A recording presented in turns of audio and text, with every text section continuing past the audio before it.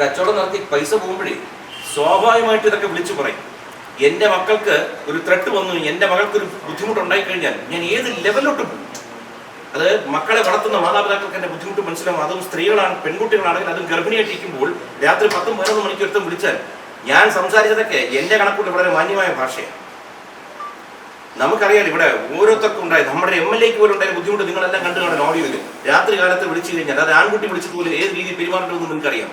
അപ്പോൾ എൻ്റെ മകളെ ഏതോ ഒരുത്തൻ വിളിച്ചു ഭീഷണിപ്പെടുത്തിയാൽ ഇതൊക്കെ നിങ്ങളൊക്കെ എഴുതേണ്ടത് കൈവെക്കേണ്ട കേസുകളാണ്. പക്ഷെ നമ്മളൊന്നും അത് ശീലിച്ചിട്ടില്ല. നമ്മൾ നിയമം പാലിച്ചു പോകുന്ന ഒരു പൗരനാണ് ഇവിടുത്തെ. അതുകൊണ്ട് നിങ്ങൾ മനസ്സിലാക്കേണ്ട ഒരു കാര്യമുണ്ട്, ഇത് നമ്മുടെ നാട്ടിൽ ക്രിമിനൽസ് കൂടി വന്നുകൊണ്ടിരിക്കുകയാണ്. ഈ ക്രിമിനൽ ആക്ടിവിറ്റി ചെയ്തവരുടെ പിന്നിൽ ആരാണ്? ഈ കുട്ടികൾക്ക് അതിനുള്ള കഴിവൊന്നുമില്ല. ഇവർ സാധാരണ കുട്ടികളാണ്. ഇവരുടെ കയ്യിൽ പണം ഇരിക്കുന്നതുകൊണ്ട് ആരോ ഇടപെട്ടാണ് ഈ പ്രശ്നം ഇത്ര വലുതാക്കിയത്. ഞങ്ങൾക്കിത് ഒന്നും വേണ്ട. ഞാനൊരു മീഡിയ മേഖലയിൽ നിന്ന് വന്നു, അതിനുശേഷം സിനിമയിലുണ്ട്, രാഷ്ട്രീയത്തിലുണ്ട്. ഇതിനകത്ത് കുറേ പേരുമായിട്ട് ആത്മബന്ധമുള്ളതാണ്. എനിക്ക് വേണ്ടി നിങ്ങളെ വിളിച്ചിട്ട് ഒരു ഇന്റർവ്യൂ തന്നാൽ പോലെ ഞാൻ എവിടെയെങ്കിലും നിങ്ങളെ വിളിച്ച് എന്തെങ്കിലും പറഞ്ഞു.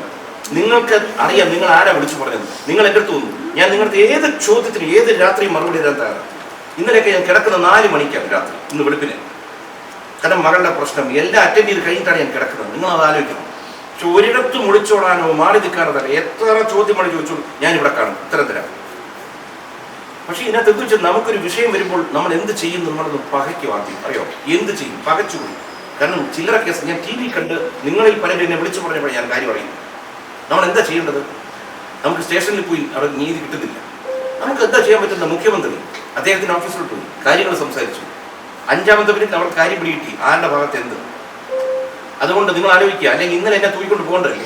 ഇട്ടിരിക്കുന്ന ഒപ്പന്തം നോക്കി എന്തെങ്കിലും തെളിവ് നിങ്ങൾക്ക് ആർക്കെങ്കിലും ഇതിനകത്ത് കിട്ടിയിട്ടുണ്ടോ?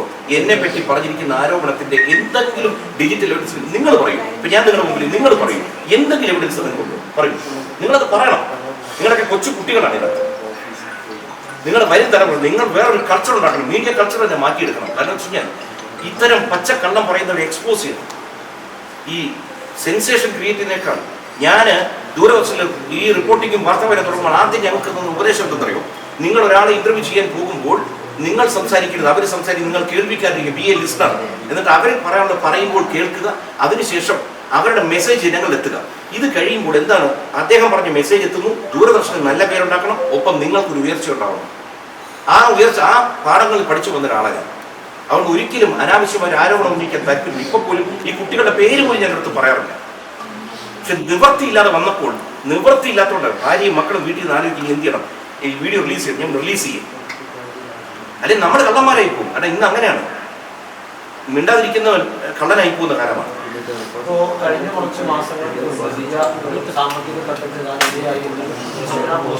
അത് ഈ സംഭവം തന്നെയാണ് ബന്ധപ്പെട്ട് ഇത്തരത്തിൽ താൻ നടത്തുന്ന ഒരു സ്ഥാപനത്തിൽ ഇത്തരത്തിൽ ജീവനക്കാർ തട്ടിപ്പ് നടത്തിയെന്ന് സൂചിപ്പിക്കുന്നത് രസം അറിയോ? ഈ കുട്ടികളെ ഇതിന് മുമ്പ് 2-3 തവണ സാമ്പത്തിക വിഷയം ഉണ്ടായതാണ്.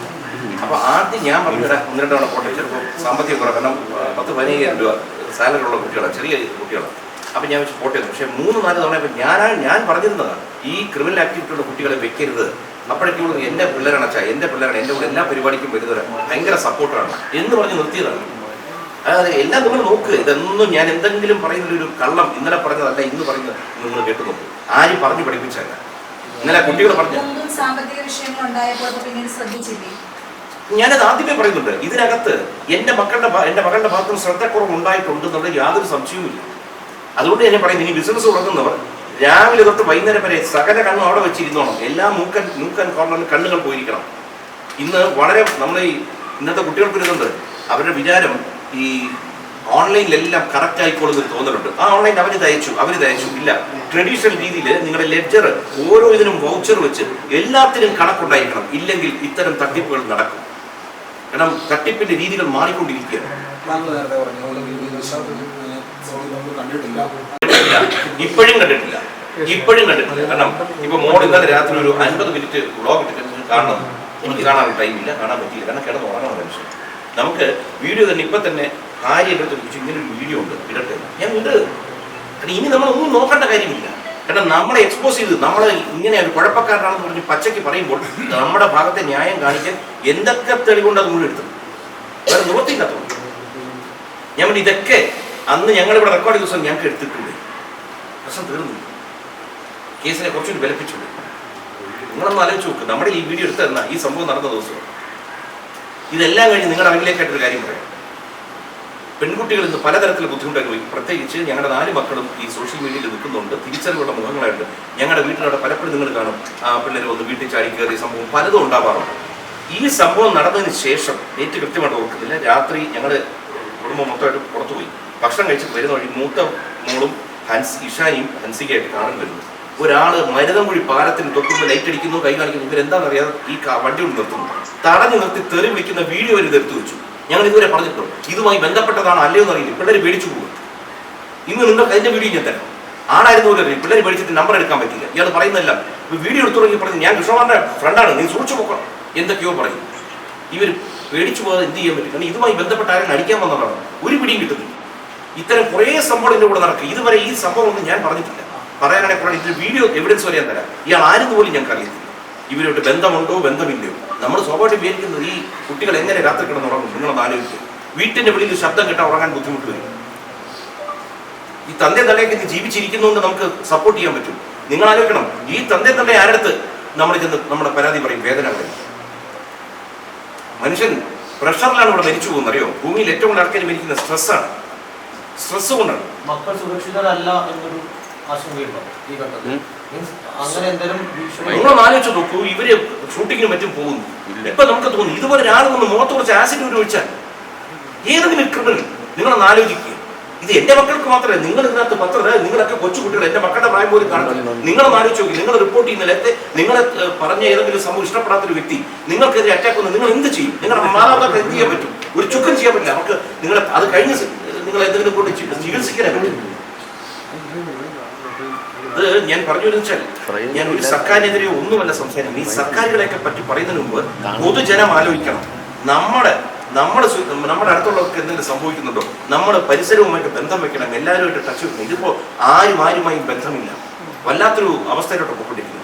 ഇതിനകത്തിരിക്കുന്ന പെൺകുട്ടികൾ എടുത്ത് ഞാൻ പറഞ്ഞുതരാം. നിങ്ങൾ വർക്ക് ചെയ്യുന്ന മേഖലകളിലൊക്കെ ഒറ്റ കാര്യം എടുക്കും. നിങ്ങൾ ഇപ്പൊ ഈ പറഞ്ഞല്ലോ, ഇവിടെ ഇരിക്കുന്ന പെൺകുട്ടികൾക്ക് പോലും സുരക്ഷയുടെ കാരണം ആരെന്നറിയോ? നമ്മൾ തന്നെയാണ്. ഇവിടെ വന്ന പെൺകുട്ടികളെ ഈ ആരോപണം ഉന്നയിക്കുമ്പോൾ എന്റെ ആവശ്യം എന്തായിരുന്നു? ഈ കുട്ടികൾക്ക് ഭക്ഷണം വരെ വാങ്ങിച്ചു കൊടുക്കാൻ കാര്യം എന്റെ ഓഫീസിൽ വരുമ്പോൾ അവർ പ്രതികളോ എന്തോ ആയിക്കോട്ടെ, ഞാൻ എന്റെ സംരക്ഷണനാണ്. അതുകൊണ്ട് ആ കുട്ടികളുടെ ഒരു നോട്ടത്തിൽ പോലും ഒരു പ്രശ്നം വരുന്നത് എനിക്ക് ഉറപ്പുണ്ട്. ഈ കേസ് മുന്നോട്ട് പോകട്ടെ. ഈ കുട്ടികൾക്ക് സമ്മതിക്കേണ്ടി വരും. കാരണം അവർ മനസ്സിൽ തൊട്ട് ഞാൻ അവർ പൊള്ളിപ്പോവും. എന്റെ ഭാഗത്തുനിന്ന് ഒരൊറ്റ നീക്കം ഈ കുട്ടികൾക്കെതിരെ ഉണ്ടാകില്ല. ഇപ്പൊ തന്നെ ഈ പെൺകുട്ടികൾ പറയും ഇവരുടെ സുരക്ഷ ഏതാണെന്ന് പറയോ? കൂടെ വയ്ക്കുന്ന നിങ്ങൾ തന്നെ അല്ലെന്ന് പറയാൻ പറ്റുമോ? ഈ കുട്ടികൾക്ക് എന്തെങ്കിലും പറ്റി ആദ്യം ചോദിക്കുന്നത് നിങ്ങൾ തന്നെ. അതുകൊണ്ട് ഈ പെൺകുട്ടികൾ ഉന്നയിച്ച ആരോപണം മൊത്തം അവർക്കെതിരെ തിരിച്ച് പാമ്പായി വരും. ഈ സീം ഓഫീസിൽ പോയിരുന്നു കഴിയുമ്പോൾ അവർ പറയുന്നു നിങ്ങൾ ധൈര്യമായി പോവുക, നിങ്ങൾക്കെതിരെ ഒരു കടുത്ത നടപടി ഉണ്ടാകും, ഞങ്ങളത് അന്വേഷിക്കും, വിശദമായി അന്വേഷിച്ചതിന് ശേഷം മാത്രമേ നടപടി ഉണ്ടാവൂ എന്ന് പറയുമ്പോൾ അതൊരു വലിയ ആശ്വാസമാക്കാൻ. മാത്രമല്ല അപ്പോൾ ഇനി ഇതിനകത്ത് ഒരു ന്യായത്തിന്റെ ഭാഗത്തുനിന്ന് ഒരു അന്വേഷണം നടക്കും. അത് അതിനോട് എന്നും മുഖ്യമന്ത്രി ഓഫീസിനോട് കടപ്പെട്ടിരിക്കുന്നു.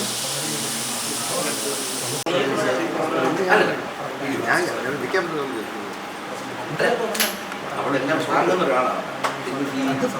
ഈ ഒരു സ്റ്റേജിൽ ചിലപ്പോൾ അവർ മെന്റലി നമുക്കറിയത്തില്ല. ഗർഭിണിയാക്കിയപ്പോഴത്തേക്ക് അവിടെ വളരെ ബോൾഡായിട്ട് ഒരാളാണ്. സ്വാഭാവികമായിട്ടും നമ്മുടെ ബി പി നമുക്ക് എനിക്ക് ഇപ്പൊ ഞാൻ സംസാരിച്ചിരിക്കുമ്പോൾ ഞാൻ നമുക്ക് നോർമലായിട്ട് ഇരിക്കാൻ പറ്റും, നോർമലായിട്ട് ബിഹേവ് ചെയ്യാൻ പറ്റും. സ്വാഭാവികമായിട്ടും നമ്മുടെ ഹാർട്ട് ബീറ്റ് മാറിക്കൊണ്ടിരിക്കുകയാണ്. ഇതിനൊരു തീർപ്പുണ്ടാകുന്നത് വരെ നിങ്ങൾക്ക് തന്നെ നിങ്ങളൊക്കെ പലതരം റിസ്കി സംഭവങ്ങൾ ചെയ്യുമ്പോൾ കാരണം നമ്മുടെ പ്രതിസ്ഥാനത്തിൽ വെച്ചിരിക്കുന്നത് പ്രതി അറിയിക്കേണ്ട കാര്യമില്ല.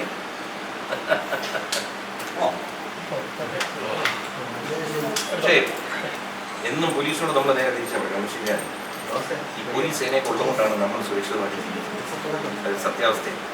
ചിലപ്പോൾ 1-2 പേര് അതുപോലും അന്നേരത്തെ മാനസികാവസ്ഥയിൽ പെരുമാറുന്നതായിരിക്കും. ചിലപ്പോൾ നമ്മുടെ ഒരു ദേഷ്യം ഉണ്ടാവില്ല. അന്നേരത്തെ അവസ്ഥയിൽ അവരങ്ങനെ പെരുമാറി നമുക്കൊരു ആരോടും ഒന്നും തോന്നാറില്ല കഴിക്കാൻ.